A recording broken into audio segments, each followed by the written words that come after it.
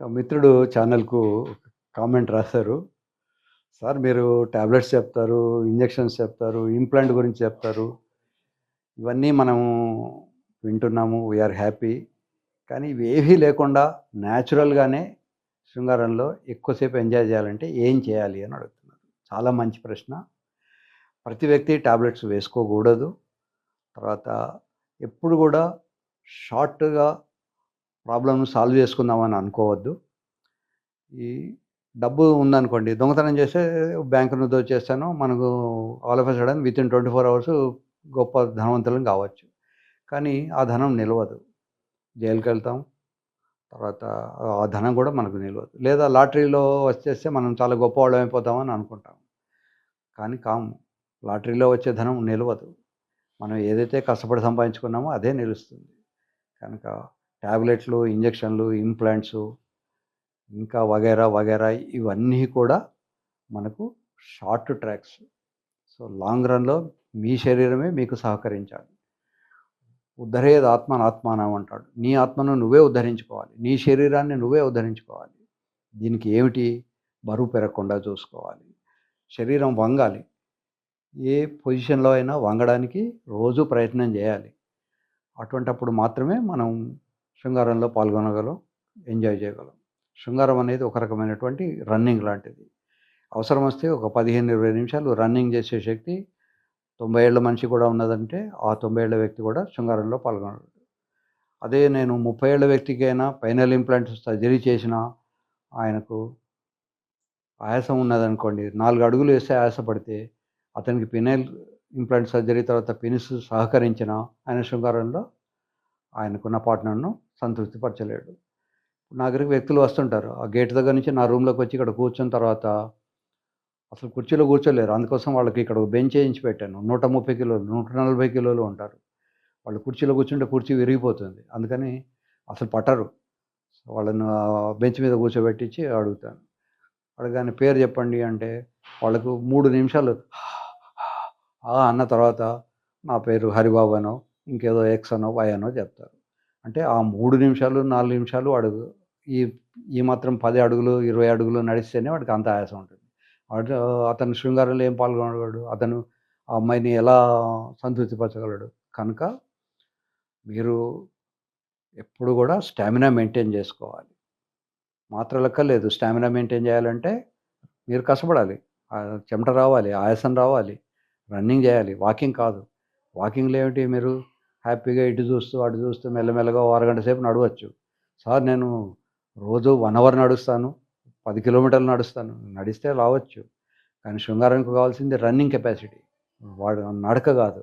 నడక మంచిదే. నడక మంచిది కాదని నేను అనను. కానీ శృంగారానికి కావాల్సింది రన్నింగ్ గనుక రన్నింగ్ గాని, స్విమ్మింగ్ గాని మీరు ఎక్కువ బరువున్న వాళ్ళకు నేను స్విమ్మింగ్ చేయమని చెప్తాను. ఎందుకంటే నీళ్ళలో కొంత బరువు లాస్ అయితుంది. మీరు చిన్నప్పుడు చదువుకొని ఉంటారు ఆర్కిమిడీస్ ప్రిన్సిపల్ అని. సో, బయాన్స్ అంటారు. నీళ్ళల్లో కోల్పోయే బరువు. సో, ఎట్లయితే ఒక వ్యక్తి నీళ్ళలోకి పోయినప్పుడు తన బరువును కోల్పోతాడో టెంపరరీగా ఆ బరువు ఆ నీళ్లు మోస్తూ ఉంటుంది. మళ్ళీ బయటికి రాగానే సేమ్ బరువుంటాడు. సో, ఈ బరువనేది మనం భూమి మీద ఉన్నటువంటి గ్రావిటీ వల్ల మనం బరువును ఫీల్ అయితున్నాం. సో, 130 కిలోలు, 140 కిలోలు ఉన్న వ్యక్తి రన్ చేయలేడు.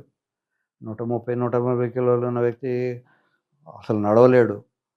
సో, మీ హైట్‌ని బట్టి మీ బరువుండాలి. 40 ఏళ్ల వయస్సొచ్చి మీకు 6 ఫీట్ల ఎత్తుంటే మీరు 70 కన్నా కొంచెం తక్కువ బరువుండాలి.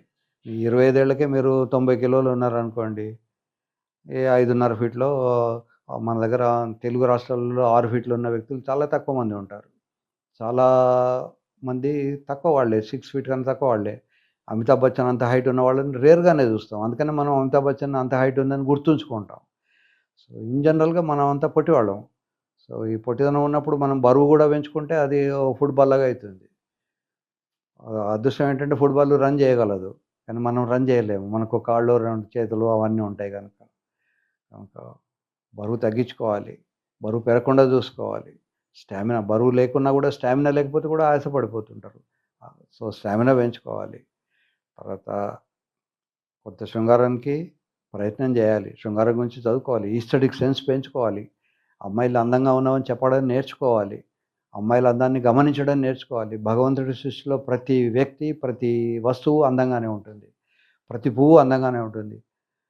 ప్రతి కూరగాయ అందంగానే ఉంటుంది. సన్నగా ఉన్న పొట్లకాయకి డిమాండ్ ఉంటుంది. లావుగా ఉన్న గుమ్మడికాయ కూడా డిమాండ్ ఉంటుంది. ఆఖరికి ముళ్ళ చెట్టు కూడా డిమాండ్ ఉంటుంది. ముళ్ళు కూడా ఫ్రీగా దొరకవు. ఈ కాలంలో అంటే ఐరన్‌తో ఫెన్సింగ్ చేసుకుంటున్నారు పొలాలకి. పూర్వంలో అయితే ఈ ముళ్ళ చెట్టుతోటే ఫెన్సింగ్ చేసుకునేవాళ్ళు. బయో ఫెన్స్ అంటారు దీన్ని. ఈ కాలంలో కూడా బ్రహ్మజముడు అని ఒక చెట్టు ఉంటుంది. దానికి అన్ని ముళ్ళు ఉంటాయి. ఈ బ్రహ్మజముడు చెట్లు తీసుకొచ్చి పెట్టుకుంటారు. పోల్సు దానికి మళ్ళీ వైర్స్ ఏస్తే ఎత్తుకుపోతుంటారు. పోల్స్ ఎత్తుకుపోతుంటారు. అందుకని చాలామంది రైతులు తెలివిగల రైతులు ఏం చేస్తారంటే బయో ఫెన్సింగ్ ఏసుకుంటారు. ఈ బ్రహ్మజముడు చెట్లు పెట్టడం వల్ల పశువులు రావు.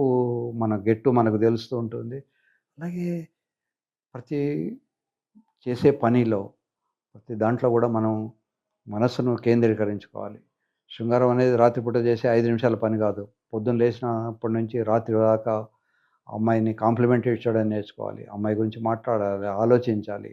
మీరు ఎంత బిజీ జాబ్ చేస్తున్నా మధ్య మధ్య ఒక చిన్న మెసేజ్ పెట్టాలి. ఎలా ఉన్నావని. చిన్న చిన్న డిమాండ్స్ పెట్టాలి అమ్మాయికి. నేను ఇంటికొచ్చేసరికి ఇవాళ గ్రీన్ శారీ కట్టుకో అమ్మా అని జెప్పాలి. వచ్చిన తర్వాత అప్రిషియేట్ చేయాలి. థాంక్ యూ నువ్వు నేను చెప్పిన మాట విన్నావు అని. ఆమెను కాంప్లిమెంట్ చేయడం నేర్చుకోవాలి. అటువంటప్పుడే శృంగారం జరుగుతుంది. కేవలం టాబ్లెట్ యేసుకొని, వయాగ్రా టాబ్లెట్ యేసుకొని 10 అది 100 ఎంజీ వేసుకోవాల్సిన చోట నేను 10 టాబ్లెట్స్ యేసుకున్నా సార్ అని మొన్న ఓ పేషెంట్ వచ్చాడు. వాడు 10 టాబ్లెట్స్ యేసుకున్నా లేవట్లేదు. లేవదు. అది 100 మిల్లీగ్రాముల కన్నా ఎక్కువ యేసుకోకూడదు. ఆ 100 మిల్లీగ్రాముల టాబ్లెట్ వాడు 10 యేసుకున్న తర్వాత వాడు బతికుండడమే గొప్ప. సో, ఏదైనా ఒక పద్ధతి ప్రకారం ఉండాలి. దాంట్లో శరీరము, మనస్సు కేంద్రీకరించుకోవాలి. అప్పుడే మీకు సక్సెస్ ఉంటుంది. మీరు బిజినెస్ చేస్తారనుకోండి, మీరు ఇంట్లో కూర్చొని బద్ధకంగా 11:30కు లేసి అప్పుడు షాప్ తీస్తా అంటే బిజినెస్ కూడా నడవదు. మీరు పొద్దున్నే 5:30, 6కి లేసి మీ మీ పనులన్నీ పూర్తి చేసుకొని 9 గంటలకల్లా షాప్ తీసి రాత్రి 9 దాకా మీరు ఆ షాప్‌లో కూర్చుంటేనే ఆ షాప్ బిజినెస్ నడుస్తుంది. అదే మీరు ఇంకో ఉద్యోగం చేసినా మీరు నా ఇష్టం వచ్చినప్పుడు 1:30కు వెళ్తాను అనుకుంటే ఆ ఉద్యోగం పోతుంది. పై ఆఫీసర్ మీ మీద రిమార్క్ రాస్తాడు. కనుక ఏ పని చేసినా దానికి మనస్సు, శరీరము మొత్తం కేంద్రీకరించుకోవాలి. ఆహ్, ఒక్కొక్కసారయితే పాపం పోలీస్ ఆఫీసర్లు, తర్వాత హాస్పిటల్స్‌లో పనిచేసే స్టాఫ్ 24 గంటలు కూడా వాళ్ళకి కాలొస్తే ఎమర్జెన్సీ వెళ్ళాలి. ఫైర్ ఇంజిన్ ఉంటుంది. రాత్రి 12:30కు ఫైర్ వచ్చిందన్న వాడు వెళ్ళాల్సిందే. లేదు నాకు నిద్రొస్తుంది. నేను పొద్దున్న 7 గంటలకు లేసిన తర్వాత వస్తాను అంటే బూడిద కూడా ఉండదక్కడ. సో, వాళ్ళ వాళ్ళ వృత్తిని బట్టి వాళ్ళు వాళ్ళ పని జేసుకోవాలి. ఎమర్జెన్సీ ఉంటుంది. పాపం డిఫెన్స్‌లో ఉండే వాళ్ళని ఆలోచించండి. మన పిల్లలు వాళ్ళక్కడున్నారు. విపరీతమైన టెంపరేచర్ లో ఉంటుంది. ఆహ్, నాకెప్పుడు మా వార్డ్స్ సియాలిస్ అనే గుర్తొస్తుంది గానీ, అట్లాంటి పేరున్నటువంటి ఏదో హైట్స్ ఉన్నాయి. సియాలిస్ లాంటిదే. అక్కడ -25 ఉంటుందట. అక్కడ గూడా వాళ్ళు పాపం రైఫిల్ పట్టుకొని దాన్ని అంత హైట్‌లో గూడా వాళ్ళకి ఫుడ్ టైంకి రాదు. నీళ్లు దొరకవు తాగుదామంటే నీళ్లు గడగట్టిపోతుంటాయి. అయినా గూడా అక్కడ మన కోసం వాళ్ళు శ్రమించి పాకిస్తాన్ వాడు, చైనా వాడు రాకుండా ఉన్నారు గనుక మనం ఇవాళ ఇంటర్నెట్‌లో చూడగలుగుతున్నాం.